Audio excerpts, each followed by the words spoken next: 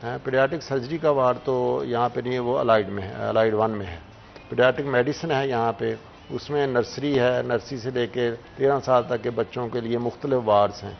جو new natal ہیں، جو ابھی پیدا ہی ہوتے ہیں، ان کے لیے الگ وارڈ ہے. پھر تھوڑے بڑے ہیں ان کے لیے الگ ہے. پھر ان کی سیویرٹی کے حوالے سے جو بہت سویر آتے ہیں ان کے لیے ایمرجنسی ٹریٹمنٹ ہے. پھر وینٹیلیٹرز ہیں، تو انکوبیٹرز ہیں. اس طرح کی ساری چیزیں جو ہیں ان کو وہاں پہ مہیا کی جاتی ہیں. آپ کیا سمجھتے ہیں کہ اب آپ کو کتنا مزید وقت ملے تو آپ یہ ساری چیزیں جو ہے وہ ٹھیک کر سکتے ہیں؟ یہ میں جتنے آبجیکٹو میں نے بتائے ہیں، یہ 2 سال کا اگر ٹائم ہو تو میں انشاءاللہ یہ حاصل کر سکتا ہوں آبجیکٹو. بجٹ کی تو کمی نہیں ہے کسی؟ نہیں، گورنمنٹ دیکھیں یہ لینے والا ہونا چاہیے بندہ نا. پہلے جیسے میں نے آپ کو بتایا ہے کہ ہمارے پاس جو ہے وہ ایکس رے فلموں کے پیسے نہیں تھے، الیکٹریسٹی بل کے پیسے نہیں تھے، میڈیسن کے پیسے نہیں تھے. تو اب میں نے جب آئے تو میں نے کوشش کی ہے، وی سی صاحب سے ریکویسٹ کی، ڈائریکٹر فنانس سے ملا، ہمارا اپنا فنانس ڈپارٹمنٹ وہاں سے جا کے ملا. تو اب یہ جو 4تھ کوارٹر ہے اس میں ہمیں وافر مقدار میں پیسے آ گئے ہیں، جس کی وجہ سے ہماری جو لائبلٹیز ہیں وہ ختم ہو گئی ہیں تقریباً. تو اس لیے پیسے اگر اس کی جسٹیفیکیشن ہو تو گورنمنٹ وہ پیسے ضرور دیتی ہے. پراپر جسٹیفیکیشن ہونی چاہیے آپ کے پاس. اچھا، جب بھی کوئی بڑا آفیسر ہوتا ہے نا، وہ اپنی ایک ٹیم بناتا ہے اور اس ٹیم کو ساتھ لے کے چلتا ہے تاکہ بہترین سروسز پرووائڈ کی جائیں. آپ نے بھی اس پہ ورکنگ کی اپنے ہاسپٹل؟ جی میں نے اس پہ ورکنگ کی. بلکہ آپ اگر گراؤنڈ ریئلٹی جا کے دیکھیں نا، تو جو ہر بندہ جو ہے، اب مجھے کسی کو کہنا بھی نہیں پڑتا، جو کلاس 4 سے لے کے سینئر تک بندہ ہے نا، ہر بندہ اپنا اپنا کام جو ہے اتنی خوش اسلوبی سے کر رہا ہے. صرف کیا ہے کہ ان کو اپریسیشن دی جائے، ان کی جو سروسز ان کو اکنالج کیا جائے، ان کو فیسیلیٹیٹ کیا جائے. جیسے اب میں نے بتایا کہ میں نے 76 کے قریب جو ہیں ملازمین ان کو گورنمنٹ سے پرماننٹ کروایا ہے. تو ظاہر ہے وہ کیوں کام نہیں کریں گے؟ وہ تو بھاگ کے کام کریں گے. لیکن جب ان کو رسپیکٹ نہیں دی جائے گی، نہیں، تو پھر وہ کام کیسے کریں گے؟ تو میری تو ٹیم میں نے فرسٹ کلاس، میں کہتا ہوں کہ میں نے بی سی صاحب سے پچھلے دنوں کہا کہ میں ان کو 3 مہینے میں نے اتنا ان کو ٹرینڈ کر دیا ہے کہ اب میں وہاں نہ بھی ہوں تو وہ اسی ٹیمپو سے کام کریں گے جس ٹیمپو سے میں نے ان سے کام کروایا ہے. بالکل ٹھیک کہا آپ نے. تو ہم امید کرتے ہیں جی آپ اسی طرح جو ہے وہ کام کرتے رہیں اور اللہ تعالیٰ آپ کو استطاعت دے اس چیز کی. آپ کا بہت شکریہ شو کے اندر آئے. شو کا وقت جو ہے ناظرین ختم ہو چکا ہے، اس لیے اپنے میزبان حنان بخاری کو اجازت دیں. پھر ہوگی آپ سے ملاقات. تب تک کے لیے اللہ حافظ.